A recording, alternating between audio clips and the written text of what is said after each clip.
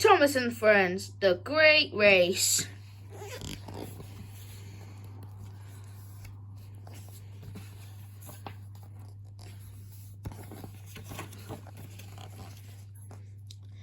One sunny day on the island of Sodor, Thomas the Tank Engine chuffed into Vickstown Station and saw a shiny new engine. Gordon pulled up next to Thomas and said, "That's my brother. They call him the Flying Scotsman."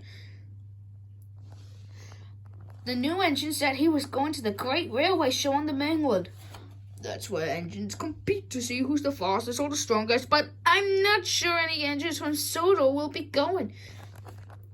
Thomas's rods rattled with excitement. He really wanted to go as well. Thomas found the Fat Controller and suggested that an engine from Sodor will be upgraded so it could compete and win races at the show. "That is an excellent idea," the Fat Controller said. "Once he's been streamlined, Gordon will be faster than ever." Gordon, that was not what Thomas had in mind. The next day, a railway ferry made a very exciting delivery to Brentham Docks. Thomas watched as engines from all over the world rolled ashore. "Where are you going?" the dock manager asked. "The Great Railway Show," puffed a streamlined Belgian engine. "That's not here. That will be on the mainland," the manager replied. "Everybody back on the ship," shouted an Italian shunter.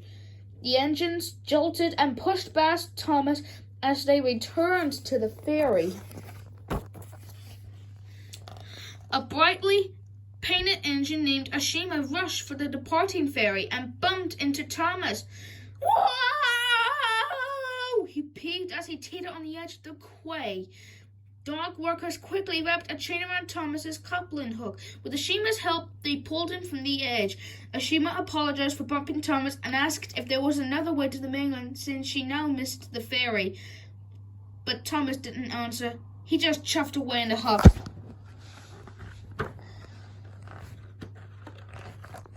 "I don't see why she should get to go to the Great Railway Show," Thomas puffed to his carriages. "Well, she's very beautifully painted," Clarabelle suggested. "Pah! Any engine can get painted," Thomas puffed. Suddenly, Thomas had another idea. He unhooked his carriages and sped to the steamworks. Thomas told Victor he needed to be repainted. "I was thinking maybe lightning bolts and raisin stripes," he said, but just as Victor went to work, the Fat Controller stopped on to check on Gordon's streamlining. Thomas tried to hide and ended up covered in paint.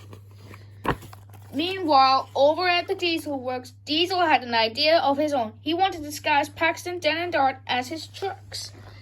"I look like I'm pulling a very, very heavy train all by myself," he announced with a snicker. "If the Fat Controller thinks I'm stronger than Henry, he'll take me to the Great Railway Show."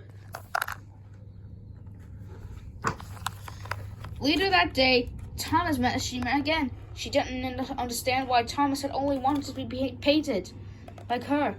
"You can only be you," she said. "Every engine has a job." And how useful they were known. Ashima asked Thomas if he was good at shunting and sorting trucks. "Yes," Thomas peeped. Then he had the best idea yet for going to the Great Railway Show. "I'll show the Fat Controller what I'll do best."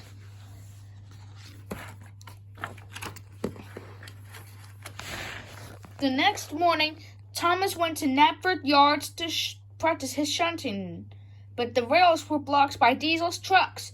Thomas decided to move them himself.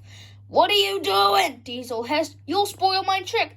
The disguised Diesel started to chug along with Thomas. He was surprised by how easily everything moved and how quickly, but there was a red signal. Thomas tried to stop, but the Diesels kept pushing because they couldn't hear the warning bell. Crash! Thomas collided with a passing engine named Norman. It was the day of the Great Railway Show, and all the engines the Fat Controller had chosen were ready to go. Gordon had been painted and streamlined. He even had a new nameplate, the Shooting Star.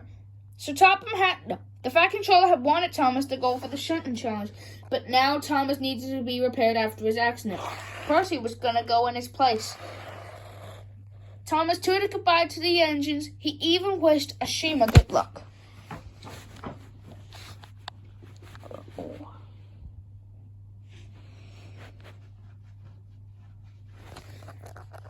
Just then, Victor and Kevin discovered that Gordon's safety valve hadn't been installed after his streamlining. Without the valve, Gordon could dangerously overheat during his race. Even though his own repairs weren't finished, Thomas took the valve and steamed across the Vickers-town Bridge to the mainland. Thomas reached the Great Railway Show. He even searched the crowds of visiting engines and found Gordon at the start of the line of the race. But Gordon wasn't listening. Nonsense! The team with the steelworks is very efficient. And besides, the race is starting now. A whistle blew, green flags waved, and the engines took off. Gordon raced along the tracks, passing the other engines. "Shooting star coming through," he sang loudly. But suddenly his face turned red. Steam hissed from inside his streamlining. Gordon's brother, the Flying Scotsman, tried to warn him that something was wrong, but Gordon wouldn't listen until his boiler burst. He sputtered to a stop in a cloud of steam as the other engines sped on. Oh, the indignity, he peeped. Meanwhile, over at the shunting challenge, Percy was scared to enter the competition. He wanted Thomas to compete in this place. "Okay," Thomas peeped, "but I might lose, you know." But Thomas didn't lose. He chuffed through round and around, pulling tankers and flatbeds. He even beat engines from Russia, Italy, and Brazil. In the end, there were only 2 engines left, Thomas and Ashima. A whistle blew and the final challenge began.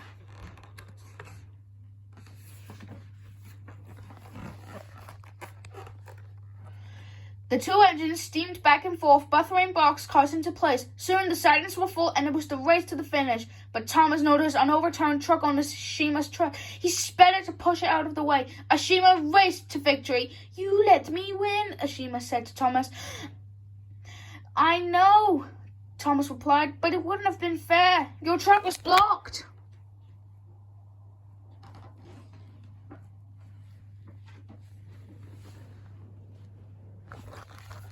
Soon after everyone gathered for the award ceremony,